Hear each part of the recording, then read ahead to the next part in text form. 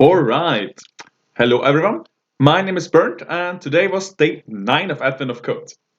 Today's puzzle was a bit easier and quicker for me, at least for me. And let's have a look.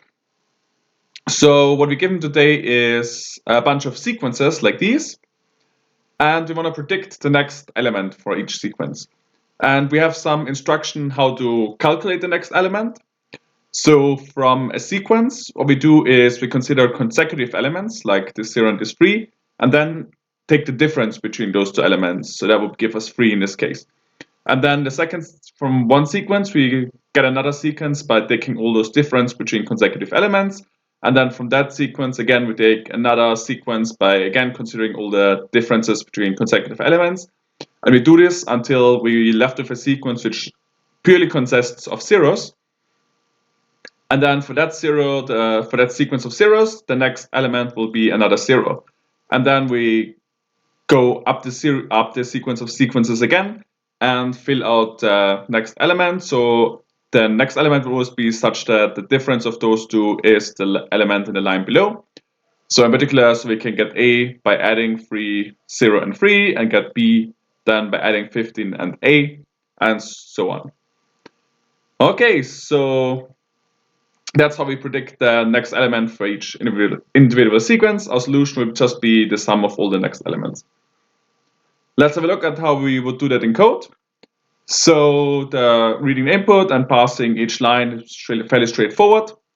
The main function we need is this predict next number. So we have a list of numbers. And then first we check if all the numbers are 0, in which case we know the next element is 0. Otherwise, we build this list of differences by always looking at index I plus 1 and index I and subtracting the numbers. And then we know by the rules that we want to know first the next element for this sequence or for the list of differences. So we call this function recursively on the differences. And this will give us a new value for the difference, the next value. And then we know the new element in the list of numbers will just be the last one in the list plus this new difference. And this function will allow us to solve the problem. So we just pass each line and then we predict the next number based on this list of numbers, which will recursively call the function again until it sees a sequence of zeros. And then we add the next element to the solution. Okay, so let's try this on the test input. That looks good. So we'll also do it try it on the real input, and it turns out it gives us the right solution. For part 2, part 2 is very similar to part 1, but the only difference is we don't want to predict the next number, but we want to predict the previous number.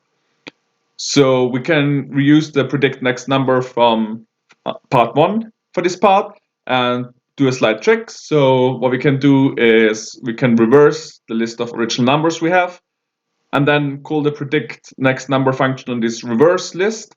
So essentially each of those lines of sequences, some of them are multiplied by -1, but it turns out if we predict the next number on the reverse, that's the same as predicting the previous number on the list of numbers.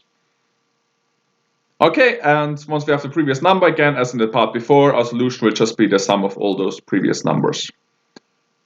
We can also run this on the test input, and it looks right. So we also run it on the real input, and it gives us the right solution. All right. I hope you enjoyed this day 9 of Advent of Code. Best of luck for the future, and I will see you around.